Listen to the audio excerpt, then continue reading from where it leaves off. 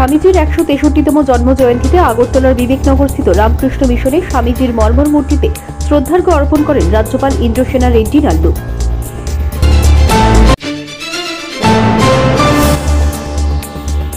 প্রতাপগড়ে bright ক্লাবের সুবর্ণ জয়ন্তী বর্ষপূর্তি উপলক্ষে গরিবদের মধ্যে শীতবস্ত্র বিতরণ কর্মসূচি অনুষ্ঠিত হয়। উপস্থিত ছিলেন প্রদেশ বিজেপি সভাপতি তথা সাংসদ রাজীব ভট্টাচার্য, বিধায়ক সুশান্ত দেব, ডেপুটি মেয়র মনিকা দাস দত্ত সহ অন্যান্যরা।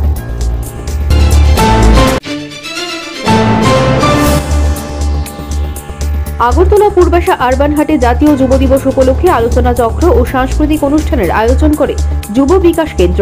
প্রদীপ জ্বালিয়ে অনুষ্ঠানটির উদ্বোধন করেন মন্ত্রী টিঙ্কু রায়।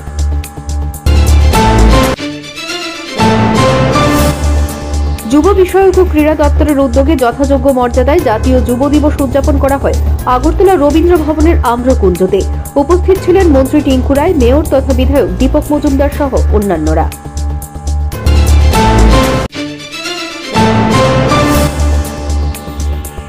উন্মেষ পত্রিকা গোষ্ঠীর উদ্যোগে মাস্টারদা সূর্য সেনের আত্মবলিদান দিবস উদযাপনের অঙ্গ হিসেবে আগরতলা উজ্জয়ন্ত প্রাসাদের সামনে এক অনন্য প্রয়াস।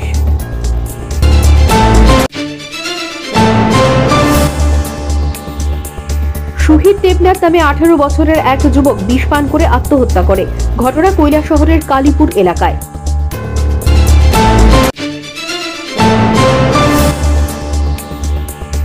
নাট্যভূমি 163 চন্দন সেনগুপ্ত স্মৃতি জাতীয় নাট্য উৎসব আগামী 15 জানুয়ারি থেকে 20 জানুয়ারি অনুষ্ঠিত হচ্ছে আগরতলা রবীন্দ্র ভবনে, জানালেন নাট্য উৎসবের নির্দেশক সঞ্জয় কর।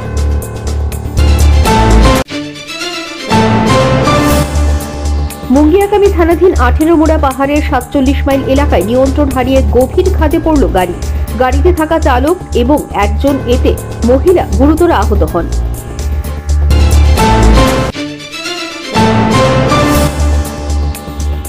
প্রতি বছরের ন্যায় এই বছরও সোনামুড়া মহকুমার অন্তর্গত বটতলীতে পৌষ সংক্রান্তিকে কেন্দ্র করে অনুষ্ঠিত হবে পৌষ সংক্রান্তি মেলা। ত্রিপুরা সরকারের তথ্য সংস্কৃতি দপ্তর এবং নলছল পঞ্চায়েত সমিতির যৌথ উদ্যোগে অনুষ্ঠিত হবে 2 দিন ব্যাপী এই মেলা।